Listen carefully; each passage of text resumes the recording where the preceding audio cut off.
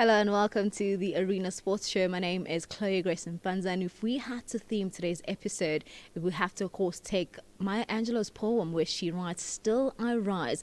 And well, that's mainly because our guest today knows everything about overcoming challenges. Not only our guest, also our usual panel, Sizwe Mabena, who's finally back from PE after, of course, doing commentary in COSAFA. And then we'll also look into Lewis Hamilton, who's managed, of course, to also rise after hardship as to not being able to win for a good 2.5 years. Sizwe Mabena, you know all too well about, of course, being low and, of course, going through a few difficulties, but you've managed to also rise and be back in commentary, and now we get to hear click, click, bang, as usual.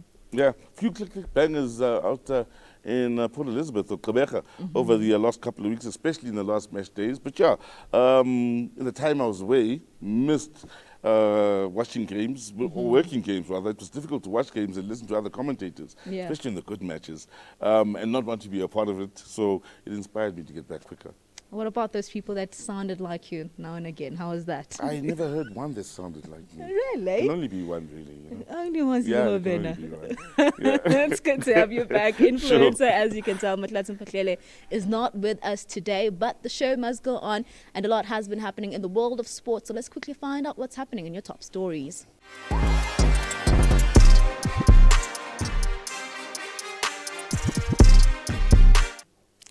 Proteas coach Shukri Conrad has said he's going to carefully manage premier fast bowlers Kagiso Rabada, Marco Jansen and Aubrey Modiba due to the increasingly packed international calendar.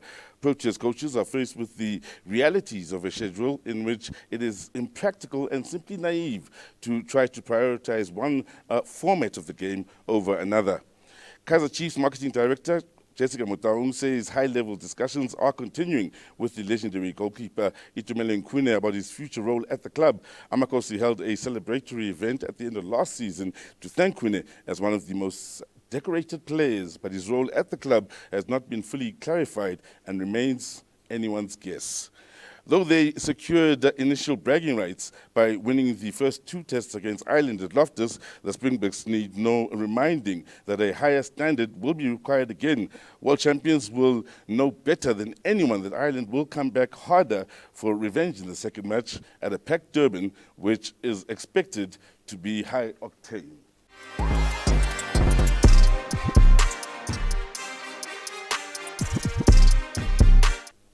One of my favorite segments, of course, on this show has to be Star of the Week, where we get to pick who has impressed us in the past couple of days, be it a player, be it a team, or, of course, an association. But for now, let's start off with my favorite influencer, Matlatin, to find out who his Star of the Week is.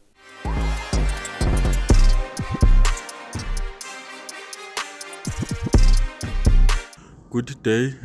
My pick for the player of the week definitely has to be Angola, who at the weekend were crowned COSAFA champions by thrashing Namibia 5-0 in a final. It's very rare to find a team that goes into a final, even though it's COSAFA, and win by a big margin of 5-0. I understand also that Namibia had a red card in that match, but they were dominant, and also I was very impressed with the way they carried themselves throughout the tournament. They played very well, shows that they take this tournament very serious, and I've got no doubt that some of these players who played in this COSAFA tournament will elevate and play for the senior national team proper, and some of them definitely will see them during the forthcoming AFCON and World Cup qualifiers.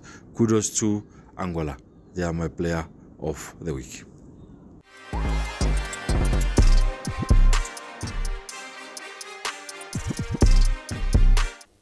Definitely kudos to Angola. Sizwe Mabena, you were right at the heart of the action. But without dwelling too much, of course, into Angola, who's your Star of the Week? I'm going to dwell on Angola Goodness and take it one step further than Matlasi. The 2 best players by far in this year's COSAFA Cup, Tepu the top goal scorer, of course, 5 goals. Unbelievable striker. By far the best player there, except for one other player, was actually the player of the tournament, Maestro. His name is actually Maestro. Love it. He was the maestro of the tournament. Yeah. I think he won the most men of the matches, 3 or 4 of them at this year's tournament. Those 2 players really stood out there. The 2 players on the outside of your picture, the 2 Angolan players, then they stood out and they made the tournament really special. Every time they played, it was really an occasion, and they got better and better as the tournament got along, and the goals they scored were better and better as the tournament got along. So by the time it got to the final, everyone was looking forward to seeing them play, and even when the stakes were raised, the game went up as well. So those are my 2 players of the week, Depu and Maestro from Angola. I'm not surprised because, I mean, you love saying click, click, bang. So obviously you will go for the guys that give you goals. Yeah, and also I think I said click, click, bang twice in the final. I don't think I've ever said click, click, bang in an actual final before. So, kudos to the Angolans. But I have to twist things along now and show you that I'm really back by asking you who your player of the week is. What? Sizwe Mabena. You come back with menace. I love this. My star of the week has to be the Marquez brothers, that being Alex and Mark. You know how you and your brother will always have, that battle, you want to be better. But I think what I love about the Marquez brothers is that they've got that healthy competition. As much as, yes, they are, of course, in MotoGP, they all want to be champion. But I love seeing them, of course, together on the podium. And currently, I mean, on your pictures, you can tell they were celebrating together. They even shared a kiss, which I was like, oh my goodness, that's absolutely cute. And of course their dad being so involved and supporting his boy. So I think for me, the Marquez brothers, absolutely brilliant, and hopefully they will continue to share more podiums, and maybe Alex will be world champion one day. Shocked. Shocked? I'm totally taken aback that it's not Lewis Hamilton, and praise the Marquez brothers for finally someone eclipsing a Lewis Hamilton weekend. Listen. Where you're concerned. No. We're getting to Lewis Hamilton, okay? I just couldn't choose him as my star of the week because we literally have a moment to talk about Lewis Hamilton. So that's the unfortunate part. Right. But he'll always be, of course, a star of the year. That's never a question. It's Lewis Hamilton. But talking about Lewis Hamilton, Sizwe Mabena, I guess it's also imperative that we talk about, of course, what he has achieved 2.5 years without a win. The last time we saw him picking up a win was 2021 in Saudi Arabia. And the cool thing is, this one is for you, Sizwe. The old gang, you know how they always think that old people can't do it? Lewis Hamilton has proved that in his age, 39 years old, he can win a race. And he won it in Britain as well. And homegrown it meant a lot, It definitely meant a lot. Definitely emotional, as you can see, as celebrating with his team as well, seeing him crying, shedding tears. It was quite a special one, and really, really great to see Lewis Hamilton, of course, being victorious on that one. And him and Bono, his race engineer, it says that they meant a lot, and he was just saying, man, you're the best. And it's great to see, of course, Sir Lewis back on the podium. Have to ask you, saw a tweet that said maybe the move to Ferrari might be a mistake now that they're back to winning ways. What do you think? Oh my goodness. I don't think so. Here's the thing, right? Ferrari is such an iconic team. And being an iconic team, everybody is a Ferrari fan, whether you admit it or not. So for Lewis Hamilton to go on, and I believe this is going to happen, it might not happen next year, but it will happen. For him to get that 8th official championship with Ferrari, it's going to be iconic. Yes, maybe next year he might not go on to win the championship, but that's the twist, right? Where we're going to see Lewis actually being part of the team and investing and sharing his knowledge as well into that Ferrari team as to what can they do better to make sure that the Ferrari is also back to winning ways. So this is a beautiful challenge. Remember when he moved from McLaren to Mercedes? Mercedes wasn't doing too well either. So it's going to be pure bliss to see Lewis Hamilton and, of course, Ferrari being on top together, because that's what you want. You want, a little bit of a tussle now and again. But yeah, it's not a mistake. I think it's going to gradually pay off for Lewis Hamilton. Old man Lewis is going to win an 8th championship, is what you're saying. Definitely. Well, in his 40s, if not next year. Then, Exactly. U40s gang, 50 gang, you will celebrate with that, and it's going to be absolutely amazing. But to keep it, of course, the conversation flowing, Sizwe Mabena, back to where you were in PE. You looked at Zambia, Zimbabwe, South Africa, COSAFA, and you're thinking, man, these are major, major teams, and they should be doing well, but they get knocked off the group stage.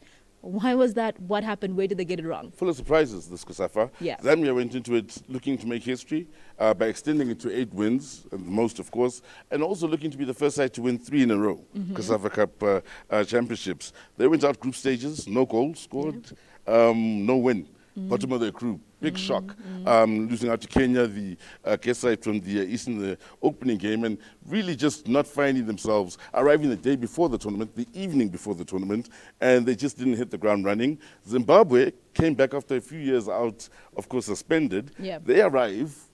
Best supporters in the tournament, best atmosphere in the tournament, best first 2 games of the tournament, most entertaining. Yeah. Winning their games convincingly, scoring goals which nobody else was doing in the opening For sure. 2 rounds. But then got on the last day when it comes down to the best place team either in the group or the best second place team of all the 3 groups. Surprise package that they don't go through. Yeah. And then, of course, South Africa is the host. 3rd best nation ever in the COSAFA Cup. Where were the didn't work fans? out. You don't even talk about the fans when it comes to South From Africa. a South African point of view, Yes. nowhere near the Zimbabweans. Goodness Nowhere gracious. near the Zimbabweans, except for when we played at the Isaac Wolfson Stadium. Yeah. They did pack out on the first day. I think as it went along, well, the reality started to set, and it wasn't quite the same at the Nelson Mandela Bay Stadium. But also, a bit of a surprise with some of the squad selection. Yeah. A lot of players from Cape Town Spurs. Now, no disrespect to them, nor Cape Town Spurs, but many people are saying, look, if the team is relegated, how can you have 4 or so players from there? So it raised questions as to player availability with preseason starting as well, which contributed to helping kill the squad. But then again, 2 goals scored, not enough to qualify For sure. for a semi-final berth. Disappointing from a South African point of view. Velibai was exciting to watch, probably the most exciting player there. But yeah, the surprise package, Comoros, top of the World Cup qualifying group. Yeah.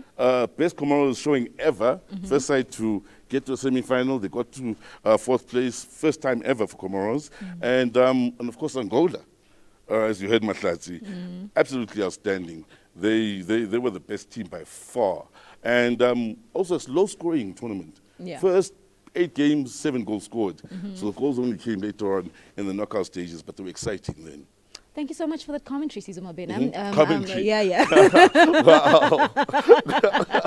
Glad to hear that you had fun. Sure. To get your thoughts a little bit, Kaizer Chiefs, I mean, we do know that they've also announced a new coach in Nabi, and of course, they've also released players. Talk to us about what you think this will mean for Kaizer Chiefs going forward, and of course, do we then expect them to immediately hit the ground running? We do know that they're currently in pre-season in Turkey, but come the new season, will they hit the ground running? I'm always surprised when a new coach arrives and then decisions are made on who's arriving and who's leaving before he arrived. Yeah. I would have assumed Uguti, he'll arrive, maybe assess the team, and then maybe decisions are made later on after he's decided who he's comfortable with and so on. Like with the Kune situation, many wondering whether Kune will play or not play, if he's retired or not. I'm thinking best thing to do is let the coach arrive, assess Kune, and then decide whether it's time to move on beyond Kune or whether they still need Kune, especially in the dressing room with these leadership. So it'll be interesting to see how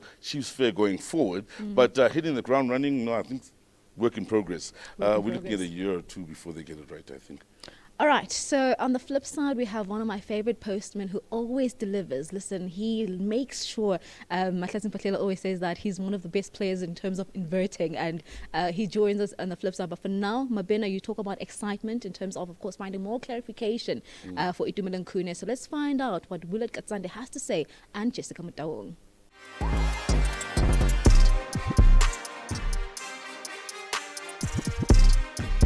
In terms of Kune, the club will make its announcements. We're in discussions with Kune. I mean, Kune is part of the family, 25 years. I mean, he's like a little brother to me, you know. So we're having discussions around what the opportunities are with him, and we look forward to announcing those in the future. I came to football to make friends. He's one of the friends football gave me. We always talk, we're always positive in every situation. So for him, it's up to him to decide what he really wants. But the most important thing, he doesn't need to doubt what he contributed towards Kaizer Chiefs. He mustn't doubt what he achieved under Kaizer Chiefs, and also football, and how much he touched the soles out there. Every goalkeeper, when he had the ball, he wants to be like he too. So you can see that he left a blueprint in football if he decide to go the other side. But if he still want to play, we have to support and enjoy him one more time before he hang up his gloves. Because the most important thing is to listen to your body, to listen to yourself, not peer pressure, to say, okay, can I still go? Do you still have the drive? So whatever he decides, we only support because at the end of the day, it's between himself and his family, what he really wants.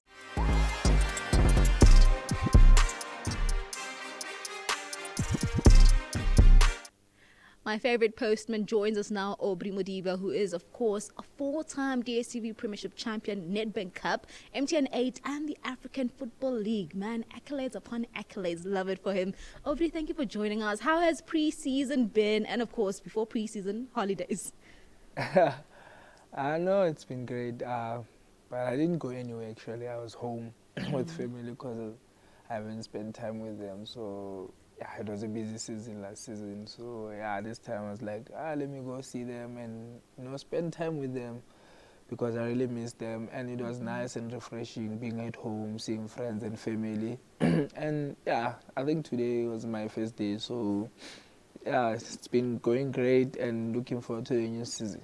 I'm sure the warmth back home was nice. You get back to Joburg and it's a tad freezing. Yeah, at home it was bad. I hear we are dying, but yeah, no, the conditions in June. Chap, I must ask you, when you're at home, do you feel like you are now Aubrey Modiba from like the original Aubrey Modiba, not the Aubrey Modiba that the rest of South Africa knows? Do you feel more yourself, more comfortable at home? Yeah, no, I think that I feel more comfortable at home because there I'm called Maposa, not Aubrey. So yeah, so already you can tell with the name and how we treat each other as well. So I think I feel more at home, more comfortable when I'm that side. So yeah, to answer your question, I think yeah, it makes more sense. So how you go sheep? You still walk? Well, they were good dealing. Like I do the same. I walk. The guys that I grew up with, like I see them, I greet them, we chill together, and yeah, same group. I can ask anyone from home. They know. Well, this one is always with this one and this one, and obviously the team that I played for, the school, I always try and visit and talk to them, but. Yeah, I'm pajama pause straight.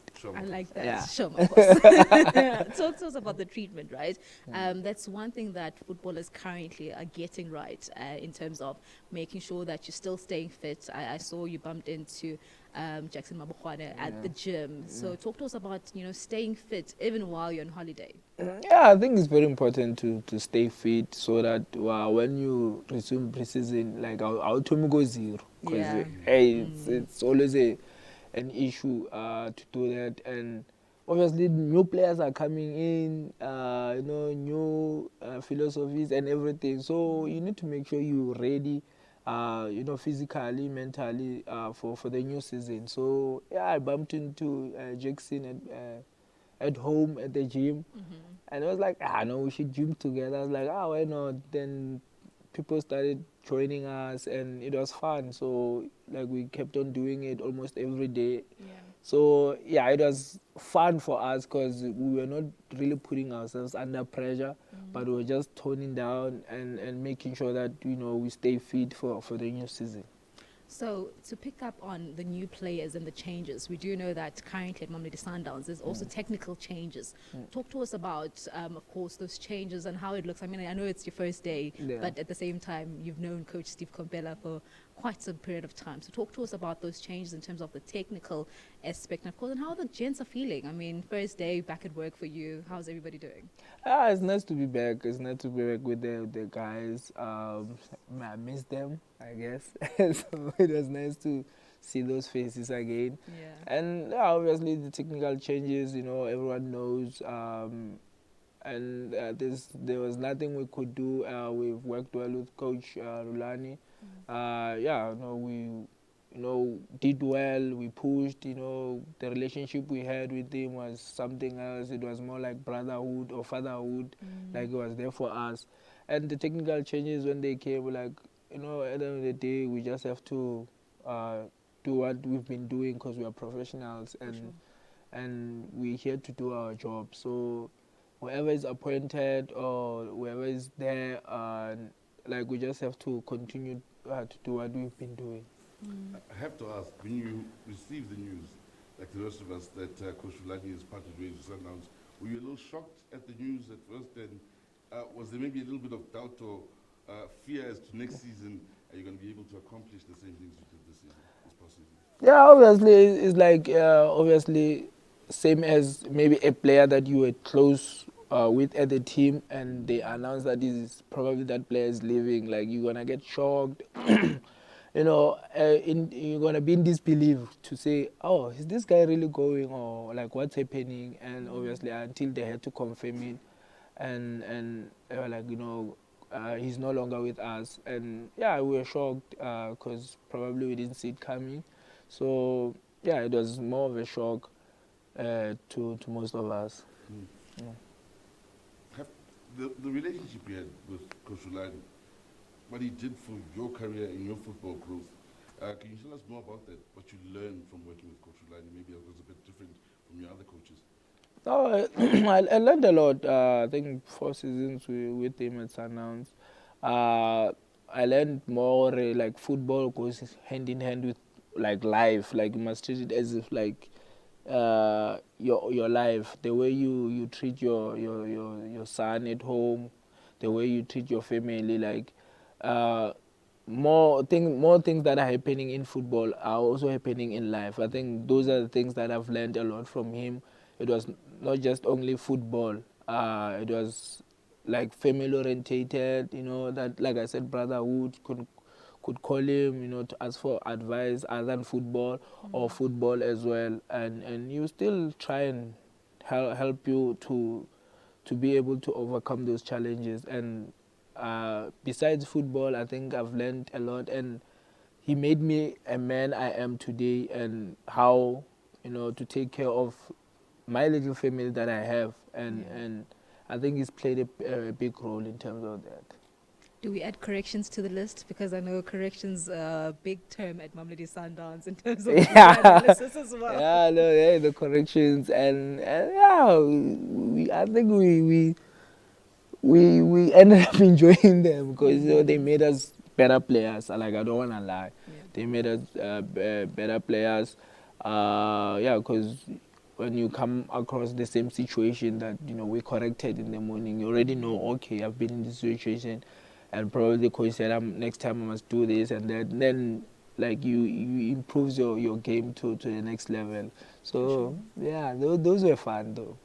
Definitely were. So to pick that up, I mean, your role in terms of inverting, we saw that at Mamelodi Sundowns, and it didn't end there. You then go to Bafana Bafana, you become a left back, and we all marvel as to, oh, okay, Aubrey can also do that. But then it doesn't start there, Obs, because you go back to SuperSport United. Coach Kaitano Tembu speaks this so well, where he mentions that Aubrey has always been a versatile player. What we're seeing now has always been in his career. Talk to us about your versatility and your improvement in terms of the different roles you play in a team. I think my versatility was started back at the School of Excellence, actually. Because when I got to School of Excellence, I was a winger when I got there. Then I was converted to left back. Because for trials I went as a winger from back home. Yeah. Then when I got to School of Excellence, then I played as a left back. Then as graduated, going to playing in the under 19, under 17, under 18. Now I started playing more in the midfield. So yeah, I've got to understand what each role, as which role like what must I do when I get to this role. So I think then I got to ACs with Machine. We were playing more of a wing back, 8 sometimes. Then I got to Supersport. That's where I played, like, all of them actually. Then yeah, then I played all of them. Then I went to Sundowns. I think they perfected, obviously it can't be perfect, but I think they took it to the next level. Whether I'm a left back, 8, 10, like they showed me how to play each position.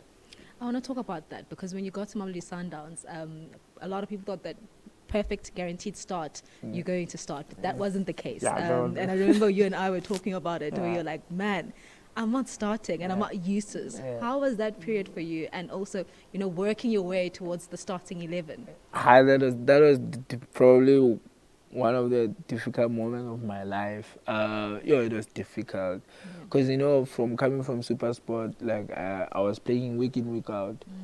Even probably you're not 100%, but you still play. So you get to Sundowns. Obviously, there's quality. There's not to say where I come from there was no quality, but at Sundowns we know like how they run things, and For sure.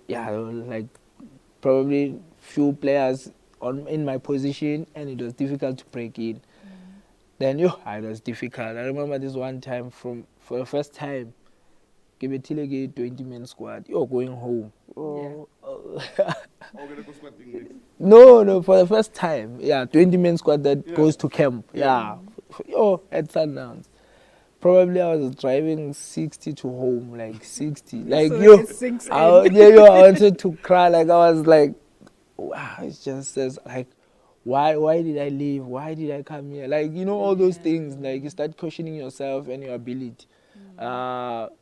Then, obviously, I get home. I see my young boy. My young boy was still very young.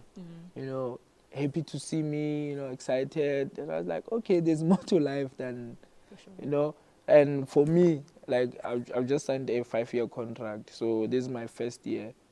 So am I going to sit and cry for 5 years? Or am I going to try and, get myself back into the team? Then I was like, you know what? This is what is required of me. I checked who's playing in my position, what do they do best and whatever, what can I offer, something different. And the coaches also called me, to show me the clips of Super Sport where I come from. This is why we signed you, you must keep on doing this. And then I think I got to improve and I got comfortable, confidence came back. Then I started, but it was difficult. Like, very, very difficult. Growing up, you say School of Excellence. Aces machine, which is also a good space to be in for a young man growing up. Super Sport, great space to be in for young men breaking into the first team all the time, scoring goals. I remember, I think one time you were the top goal scorer. Very young.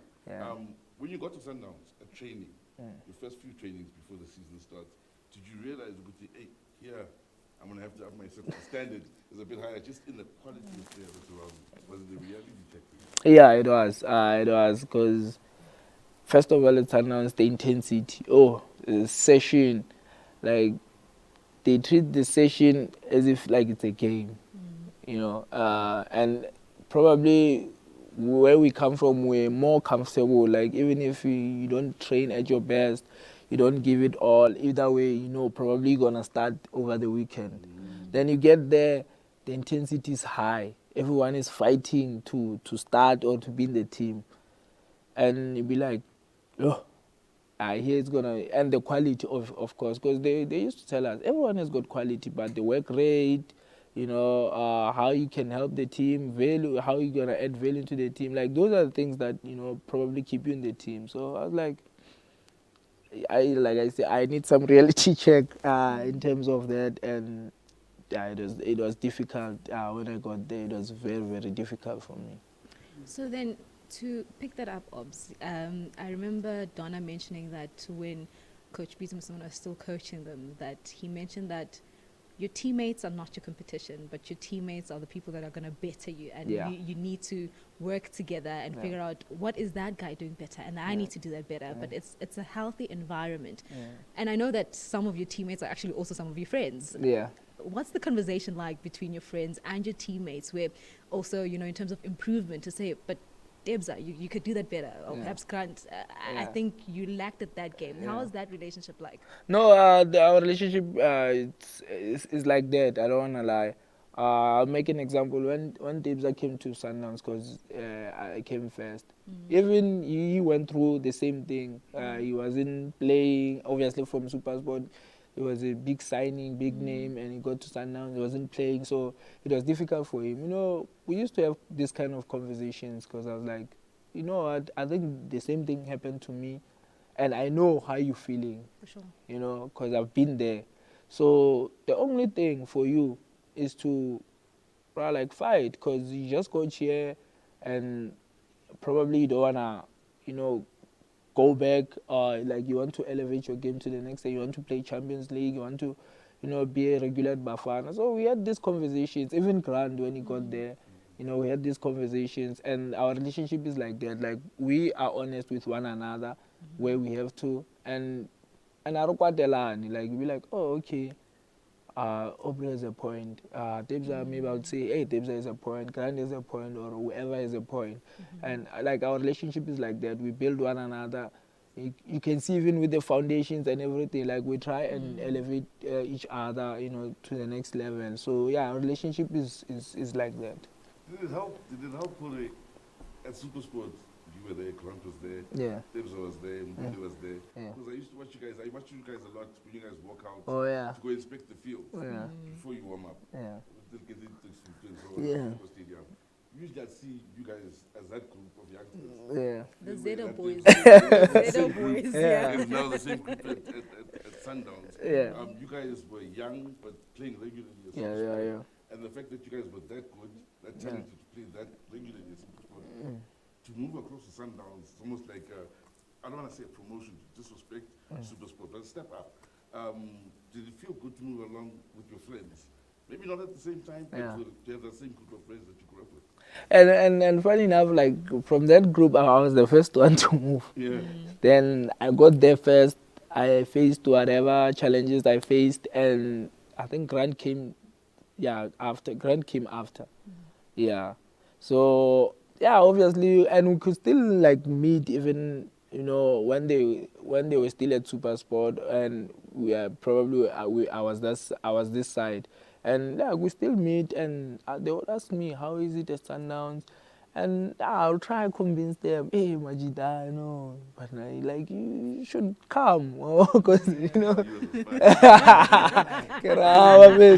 And then they're like, nah, we happy at SuperSport, what. I was like, okay, but come, gents, because I knew how talented they were, and I wanted them to, obviously, because, you know, Champions League football is different from, you know, probably all the other competitions, because it's very difficult. You rub shoulders with, you know, all these teams in Africa, and it helps also in the national team, because we come across more or less same guys, you know. So yeah, like I was the first one, and they all came, and it was nice to see, you know, them coming, and yeah, it was nice to see them, you know, all coming that side. Should have seen them when they all come out at SuperSport. Because we were young ones. Energy. I know we had energy. Yeah. So to pick up your, you know, the point about the Champions League, right? You look at Mamelodi Sundowns currently, and that's one model that I love about Sundowns in terms of, you know, keeping the senior players into the squad, and using, you know, some of the retired players in different roles. You look at a Sugar Diani Mabunda, who's an ambassador. You look at Donna Dikomodisa, who's also still there. Dennis Onyango might not be playing much, but he's also still part of the squad. Hlompo Kekana as well. And these are players that were part of the 2016 winning squad. And I do know that it's also one of your dreams in terms of, you know, getting another stop. What's the conversation like, you know, amongst these players who actually once won it? Do you guys prick their brains a little bit? What do you talk about when they're around Clocker? Yeah, no, we do. Actually, I think having them around is something, you know, great for us players, and those who are still who are coming in as well, to have, you know, those conversations with those guys, because they've been there, done that, and ask Skipper, like, how was it, you know, lifting that Champions League trophy? Like, I think He has a tattoo. Who has a tattoo of it? I don't know. I don't remember who has a tattoo of it.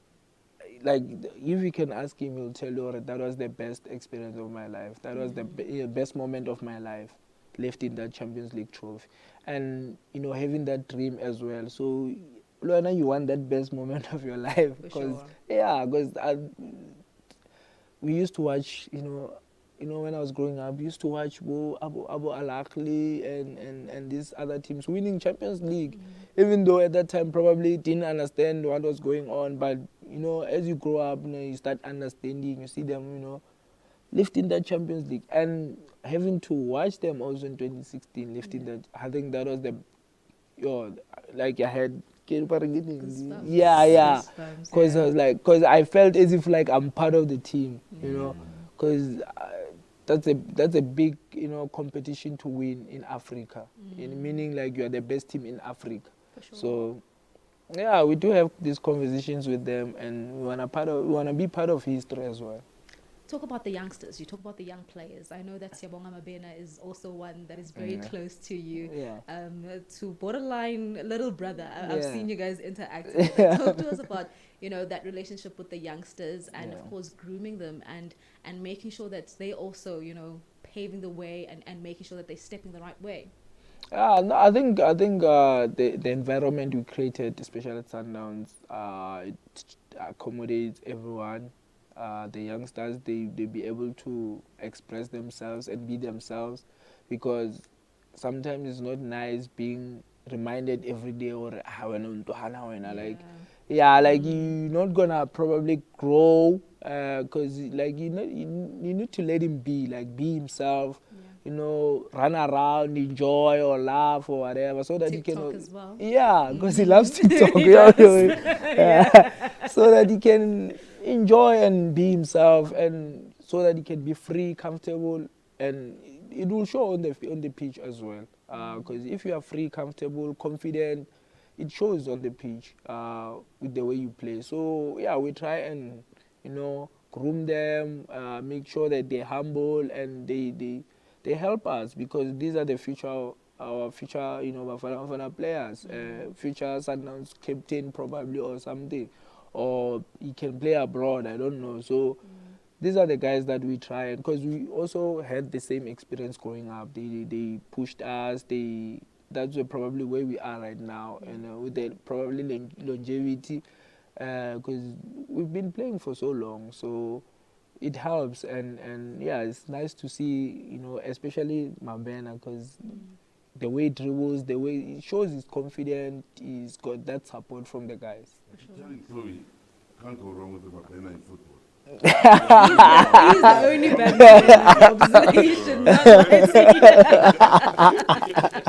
only thing he can do is talk, and so clearly. And you are killing it. He's killing it. But Obs, I mean, you look into the upcoming season, right? And perhaps what you guys are looking to achieve. Has that conversation been had with you guys, with, of course, also Steve Kompela as to what are we hoping to achieve this coming season? Yes, it's always to win. Champions League is always there. The league is always there. But the conversation as to also the approach of the game from a Mamelodi Sundowns perspective. Obviously, we want to win every competition. Those are the conversations that we have. Do better than last season. Yeah, I think more or less those are the things that we usually talk about.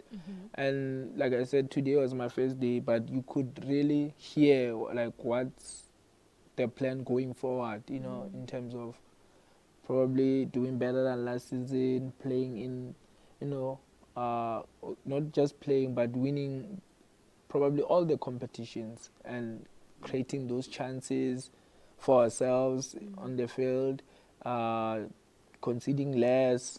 Those are things that make you win trophies. So yeah, those are the conversations that we. Conceding less.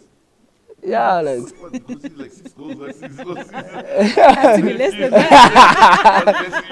You gotta put yourself out there. Like, you can't just say I'm gonna concede 10, but we're gonna try and concede less. Speaking about Coach Steve and Coach Mabena, there's very few gentlemen I've met, not just in football, but throughout society that have as much respect as both those men. Coach Manoba's presence is almost like you're in the presence of a president. He's so respectful and honorable.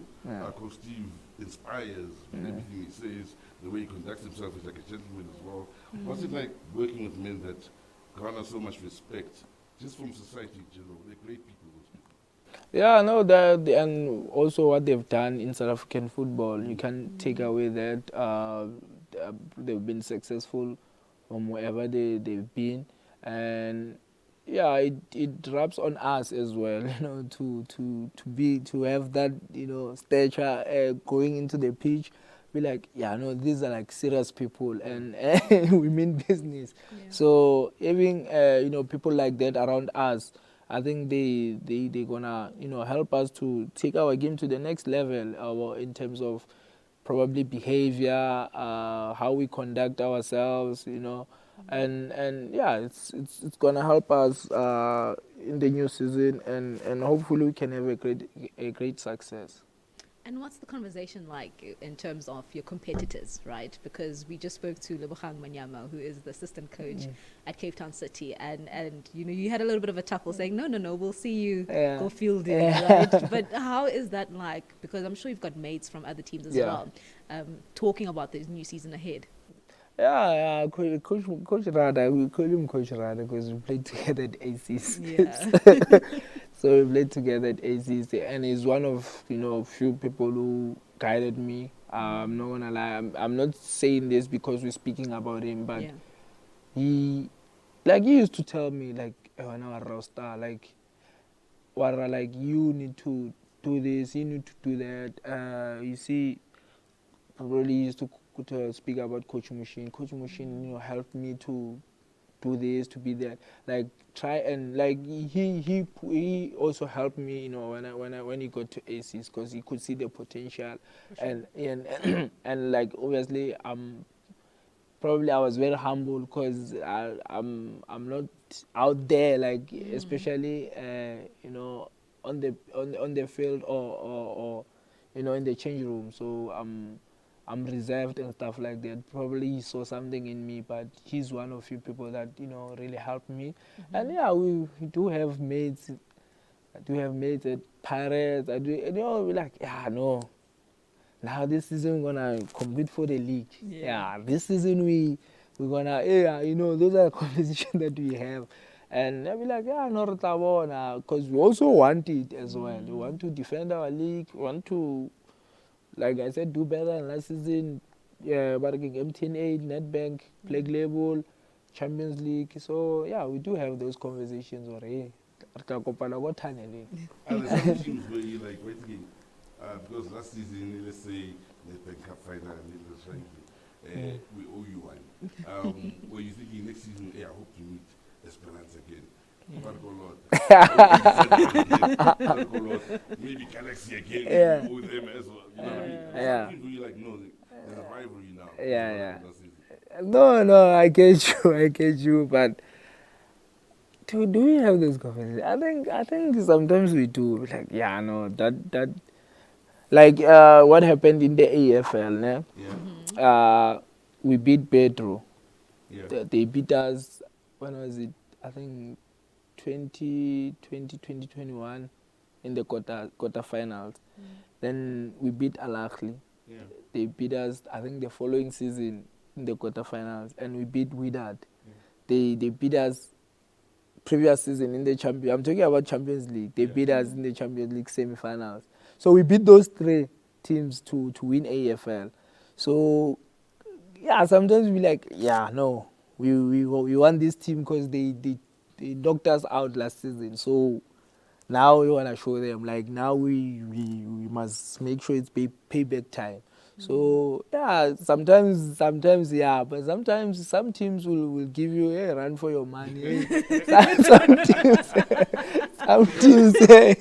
Some teams like, you'll be like, no, even if we got them, but those ones, it's going to be tough. It's going to be tough. Yeah, but then the day you just have to apply yourself and make sure you win the game. But some teams will be like, yeah, no, we ran. Then I must ask you, when you look back at last season, it's very easy to think, okay, Sundowns, how did the season end? Yeah. Almost invincible. Yeah. Almost. Yeah. Still 29 games unbeaten. Yeah. Nedbank Cup final. Yeah. Champions League semi-final. Yeah. That's all very good. Yeah. That's all outstanding, all those three disappointments, so to speak. Yeah. And still AFL champions. Yeah. First ones ever. Yeah. And you won the league maybe by January. Yeah. Do you sit back and as it hit you how good you were last season, you think you were really that good? Because you guys had a legendary season last season. Yeah, I think we had a great season. Let's say we had a great team last season, and I think we fought where we had to fight, and yeah, like you said, some games were difficult for us, but I believe like we were a better team in most of the games that we played. Even games that we were not better, we could grind results, which was very positive to see from our side. Because actually some games we're gonna win them like this, like scrapey win or whatever. Like not every game is gonna be beautiful. So yeah, last season I think we were better in most of the games. Even that Esperance game in the semis, home and away. Home. I don't know how we lost that game. We missed so many chances. I think obviously they know how to play this kind of games. You know, they've got probably the most experience. But even us, like we've been probably Champions League for 4 seasons, and I'm talking about me personally. So I think that experience we gained, but those North African teams, they really know how to approach these games, and they knew just gonna get one and close. So when you add AFCON to last season, was it the best season of your career? At AFCON? You personally, the whole season now, internationally, and was it the best season of your career, or maybe one of the best? I think I can put it there, one of the best. I think at AFCON I played well. I was happy with my performance at AFCON. At Sundowns, it's here and there because obviously it's a long season. I think first part of that time at the AFL, and I think I was at my my best. Then obviously AFCON, I think I was doing well as well. After AFCON, started dropping a bit, some of the games, but I was still up there, and I think I can put it there as one of the best I had. So then, let's talk then fatigue, right? Because you say at the beginning of the season, you were in form, and you were also happy with, your performance, and then second half now you've got a lot of mileage into the legs, right? Because you've played so many competitions. How do you deal with that? Because that is a factor, and I know that resting, yes, we say rest, but to manage to make sure that you finish on a high as well, how do you deal with that? And perhaps also what you've noted for the upcoming season, because now you've added the Club World Cup. I don't think there's a way of, dealing with fatigue. Because obviously, if there's a way, probably gonna choose games. You're gonna probably start faking injuries or just to sit home. And as a player, that's not what you want. You always want to be on the field because that's where you feel happy. That's why you are playing football. For sure. Yeah. So you try as much as you can. Rest, recover, eat well, proper rest. Ice bath, like stay off your feet. Even though you're playing every second day and it's not enough, but I think you just have to try and be like, because after AFCON, probably we had like probably a week off. Then obviously you had to come back. Games are coming thick and fast, Sure. and you don't have time to like coach couldn't even have sessions. Like we couldn't even train because we have a game every second day. And there was a moment where they showed us the program. I think we were playing Tuesday, Thursday, and Sunday. I don't know what happened. But yeah, I think they spoke to PSL to be able to try, and because it wasn't easy for us. And like I said, there's nothing you can do about that. You just have to make sure you do proper recovery, even though it's less time.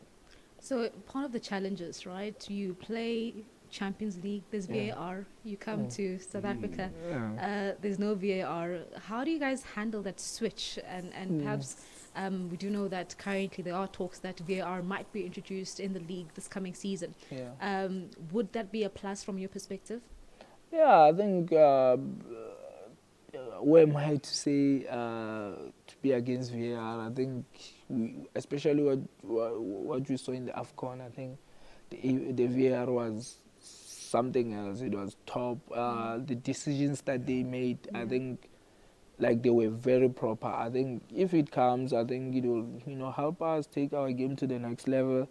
And the switch up, because now probably you play most of your games without VAR, then you get that side, then probably there's a penalty incident or whatever. Like, you can see, like, we try and, because they always tell us don't pressurize the referee. So because we're not used to saying doing this, because they even tell us don't do this. Like, we know what to expect, but the switch up, I think what can I say?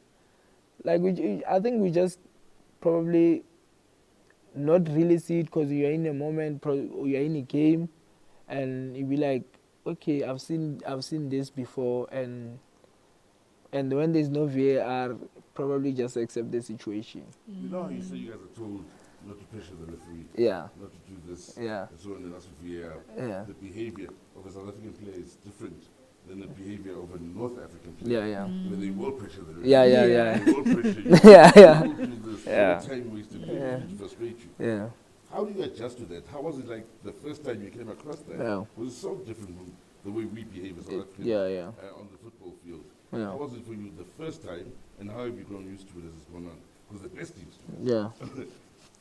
I know. I don't want to lie. First encounter with North African teams, I was so frustrated and angry at that, because how they played most of the time, besides pressurizing the referee, they'll probably make sure they win the home game. Then away game they waste time. So they kill the game. So it gets frustrating, and if you're not used to it, you be like, why can't we just play football? Because that's how we play in South Africa. Like, we play football. If the team wins or loses, like, we accept whatever the outcome. But them, they will frustrate you, and they will make sure. Then obviously, as we started playing more games, we started learning. Oh, okay, this is what we must do. They started showing us, clips. After 1-0, this is what they do. If it's 1-1, this is how they behave. And we started, getting used to that. And like, they even told us, let's be there at the referee. Like, make sure we give the same energy, because these people are getting away with it, and we're doing nothing. So the experience, you start learning, you start understanding these things. Okay, this is how they approach games. I think we can learn one or two things from that, and make sure we do well in that space, especially CAF Champions League. Talk to us then, looking into Bafana Bafana. We do know that, of course, qualifications are still upon us, and the last game that we took to Bloom, man, what an experience that was. I think we all got goosebumps watching it just from far. I'm sure it was different from you. And then you have a young relay who gets, 2 minutes there. But I'm more interested, Orbs, in terms of the brotherhood, in terms of the national team, because it's not only Sundowns players who are, showing that camaraderie, but it's the entire squad, whether you play for Orlando Pirates or you play for Stellenbosch, everybody was united. Talk to us about that. Yeah, no, I think kudos must go to Coach Hugo. The way he assembled his team. He likes saying that, I've been building this team for the past 2 years. And you could see he took his time, what kind of players he wants on and off the pitch, to be able to, gel with what he wants us to do, because he didn't just want to bring anyone, but he wanted to bring players that he can, understand, that can help him also to achieve, the goal that we want to achieve. And the brotherhood that we have, you could see, I can sit with Bodlela here, we laugh, we laugh, Grant, you can chill with, Rele, Maswangani, even after the Nedbank final, but we went to camp, because we want one thing, we're competing for one thing, we are a team now.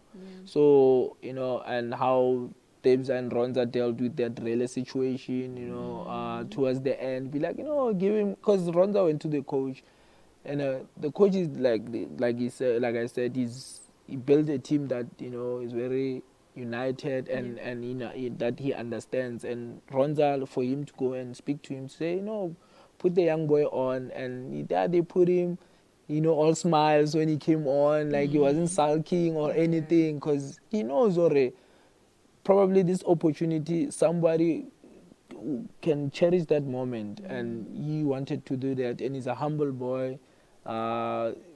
He's from School of Excellence. I know how they help, these young players. And I was happy to see him, and the brotherhood is something else at the national team. No, sorry, Clauiee. It's okay. The fans.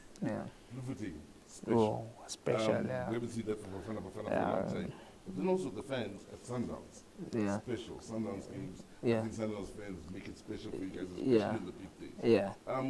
What would you say about the experience you had in Bloemfontein and the experience also you have with Sundowns fans and how they truly make the experience nice, just outside of the football, the atmosphere is always nice? I'm going to start with Bloemfontein. I think building up to the game, I think we arrived when, I don't remember, 2 or 3 days before.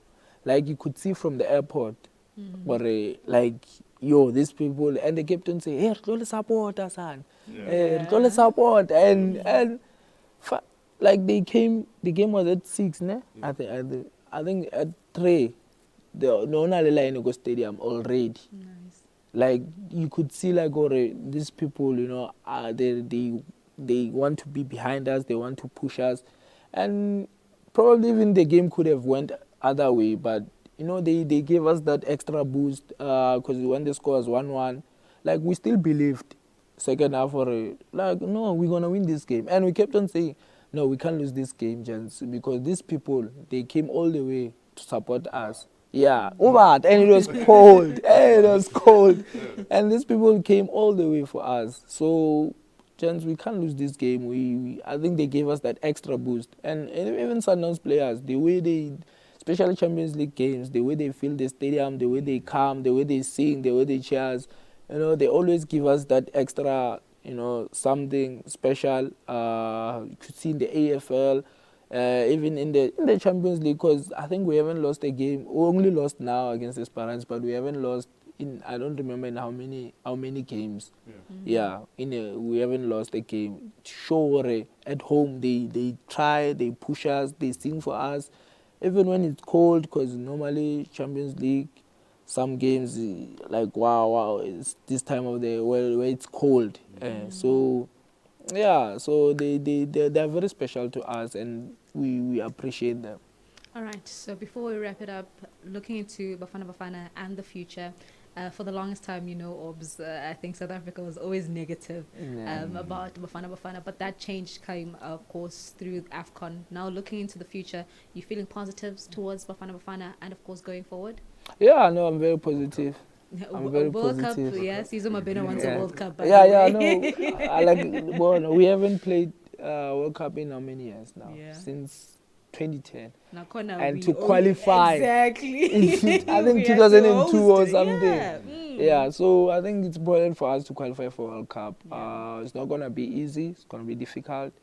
All those teams, they all want to be in the World Cup. So yeah, we're gonna try take each game as it comes. Especially home games, I think we need to do well. I'm not saying not do well away, but home games, that's where we need to try and fight for maximum points. Yeah. And of course, and there's AFCON coming up again, third best team in the AFCON, and you not qualify, you see, it doesn't really sit well. So yeah, we're gonna try and push for World Cup and qualify for AFCON again. And I'm positive. Coach Hugo has got a strong team. Whoever comes, whoever is there, I know they'll do well. All right, before I let you go, Euros, who's taking it? For the youngies, Spain. Oh. You're also back in Spain. No, France. I was backing France, but hey, I'm not convinced. I was with Germany, and Spain went, of course, and broke my heart. I helped you out with that one. You call me. What? I was backing on Tony. I mean, what a career you would have had to conclude it like that. Romance, no? Madonna. Oh. Absolutely terrible. Aubrey, thank you so much for joining us. We enjoyed it, and that's how we wrap up the Arena Sports Show. We'll, of course, do it again next week. But for now, cheers. Goodbye.